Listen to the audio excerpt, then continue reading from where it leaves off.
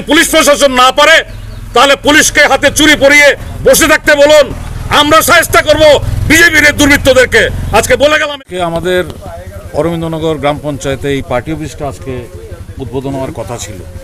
পাশাপাশি আজকে বিজেপি দল ভেঙে আরও অন্তত শতখানেক লোক আমাদের দলে যোগদান করার একটা প্রোগ্রাম কর্মসূচি নেওয়া ছিল আগে থেকেই।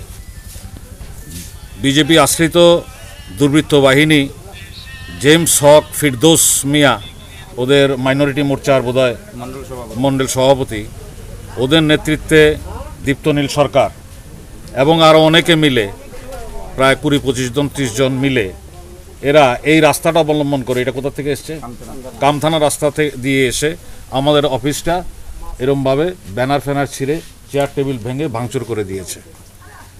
ভাঙচুর করে মহিলার গায়ে হাত দিয়েছে, যিনি এই এলাকার প্রধান এবং কিছুদিন আগে কংগ্রেস দলে যোগদান করেছেন, ওনার গায়ে স্পর্শ করেছে, শ্লীলতাহানি করেছে এবং আমাদের কিছু এখানে যারা আমাদের কর্মী সমর্থক ছিল তাদেরকে আক্রমণ করেছেন। তারা ভয়ে পালিয়ে গেছে।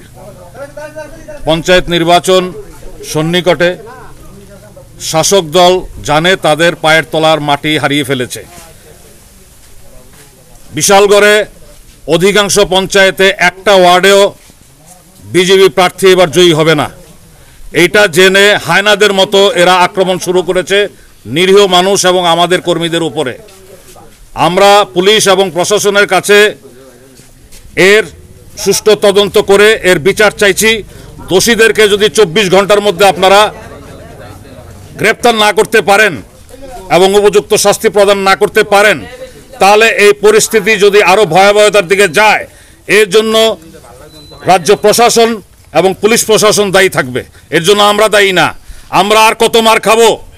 মার খেতে খেতে আমাদের পিঠ দেয়ালে ঠেকে গেছে। এখন কিন্তু আমরা ছেড়ে কথা বলবো না। এখন দিল্লিতে ওদের সরকার নেই।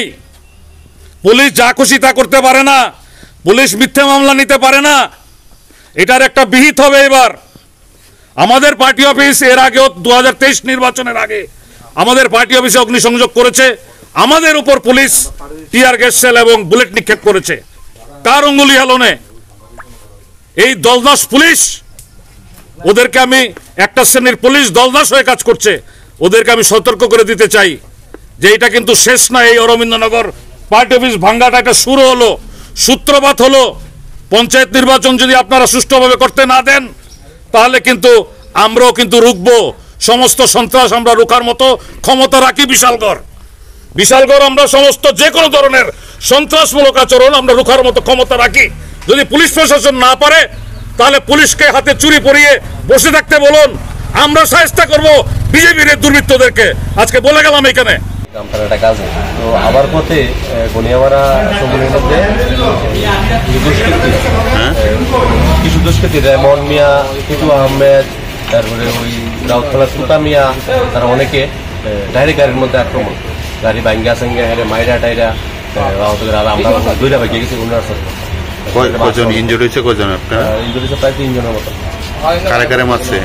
মারছে আশিক মিয়া, তারপরে চিরঞ্জিত দেবনাথ, বিপুল সরকার।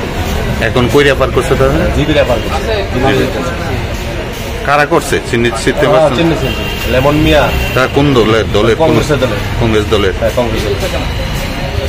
মানে রাজনীতি নিয়ে, রাজনীতি ইস্যু নিয়ে মনে হয় এটা হচ্ছে। আমরা বুঝতে পারি সঠিক। আমরা কামতারা গেছিলাম, কামতারা আইতেছি রাস্তার মধ্যে।